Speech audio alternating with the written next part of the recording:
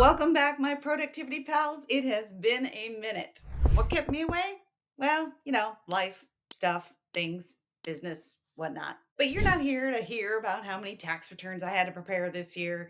Nah, let's get to the juicy stuff. Something more than a busy schedule was keeping me from working on this channel. And I want to share with you today how I figured out what that was and what I did about it. And my hope is that you don't lose 7 months of working on something that you love like I did.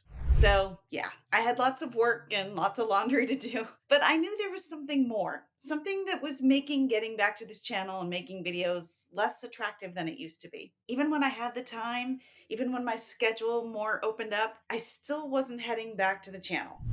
So, what was going on there? We might just chalk it up to laziness or everyday distractions. But, I'm of the opinion that avoidance of tasks that we really want to do, they can actually have lots of different causes, and it bears some investigation into looking, what's lurking behind it. What are the particular circumstances? And, we with that we can resolve what is going on so we can get moving forward. So, what did I do? Well, I noticed this resistance, and then I paused. I paused. And as one of my favorite yoga teachers used to say, I sensed in. Sensing in just means sitting with yourself for a moment and just sort of noticing what your gut is telling you. It may literally be your gut.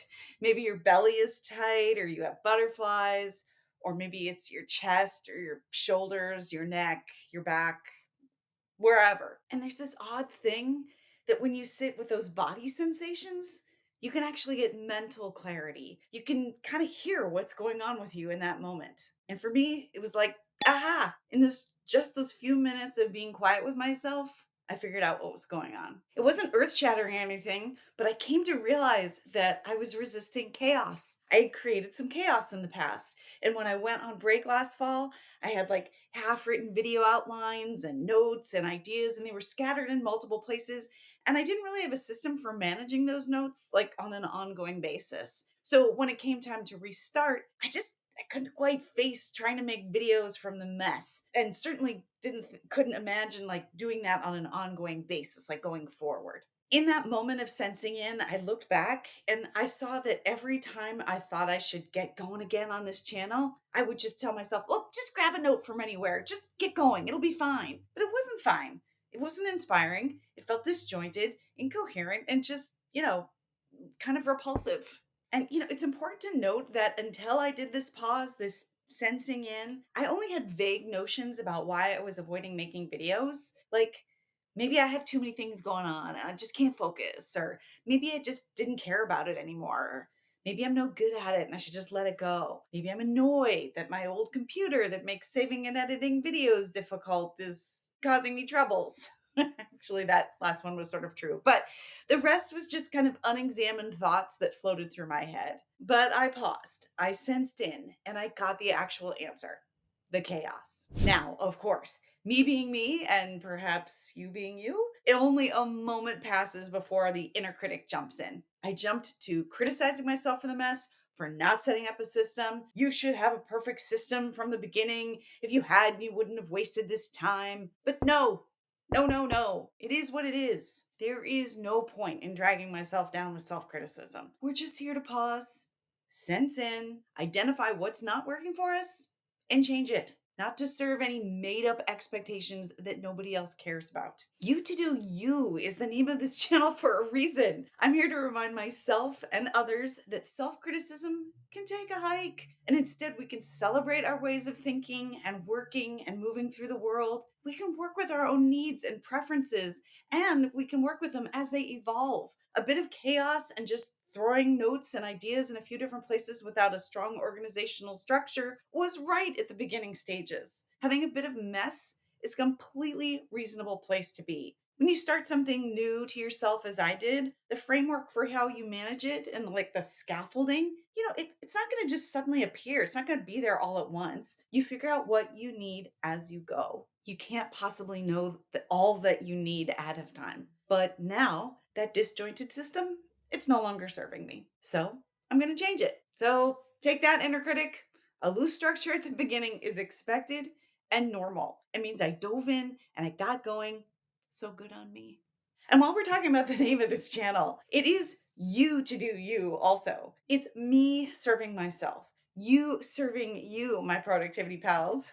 So I can spend as much or as little time on energy as I like to change things to suit my preferences. I'm not going to spend any more energy than necessary. I only have to devise and maintain a system in as much as it serves me, not so it's onerous to manage. The critic, who of course also jumped in, who wants me to design a perfect system that is maintained flawlessly, it can go kick rocks. I'm only doing as much as I need to dissolve the resistance that was keeping me from making videos. We're not going for gold stars from the productivity school marms here. We're just doing what needs to get done to support ourselves. So here we are. The mess was keeping me from continuing, so it's time to make a change. I am about midway through the process of building that system. I'm borrowing principles from Sonke Ahrens' How to Take Smart Notes, Tiago Forte's Building a Second Brain, Van Doren's How to Read a Book, and David Kadavy's Digital Zettelkasten, and I think there are going to be a few others in the mix. And I'll be sure to share my insights on building what they all call a personal knowledge management system, or PKM for short, in a future video. So be sure to hit that subscribe button and the notification bell if you want to hear about that or any other videos coming up. Meanwhile, I am curious if you have had any other similar revelations. Is there some resistance that you can identify? And if so, if you stop to sense in, what do you learn? What needs to change so that you feel supported and at ease as you go about what you have to do and what you want to do? In my case, it was what was revealed was pretty practical. I needed to design a note taking and idea management system that works for me. So I invite you to try it on for size. Have you noticed resistance to something you should or want to do? And if you sense in what is revealed to you, like me, it could be super practical. Maybe you have a project that you want to do, but you haven't identified the next step. So it's just feeling really amorphous. So what's the next step? Yes, I can't start sales for my business until I open a business bank account. So let's get some clear time on the calendar to go to the bank. And, you know, by the way, even the practical can come with baggage. There was a bit of courage required for me to take some steps back to stop and build those notes and the idea management system. So it's hard when there's always this go, go, go pressure around you. It's been months since you posted for your last video. You're wasting time. Go, go, go. Or you've lost your audience. Why bother? This is a fool's errand. It's all noise. So, no thank you. Y'all can get lost. But back to you.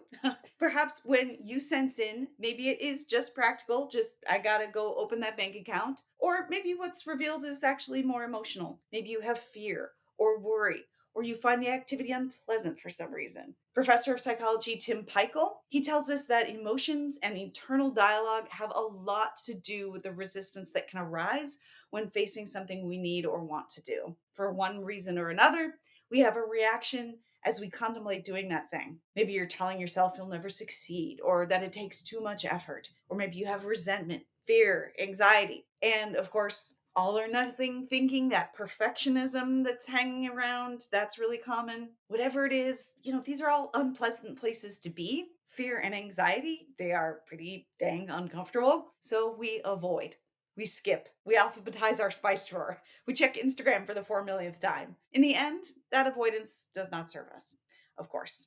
But I think we humans, we appear to be supremely good at solving the current problem, the problem of, making that discomfort go away at the cost of compromising our long-term vision. So as you notice resistance and, you sense in to learn about it, you may encounter really practical or emotional roadblocks. And either one of those can come with added baggage and additional negative self-talk. For some techniques on dealing with that negative self-talk, you might want to check out the video where I take you through an exercise to actually work with that negative self-talk. I will link it in the description box below and on the end screen, which is coming right up.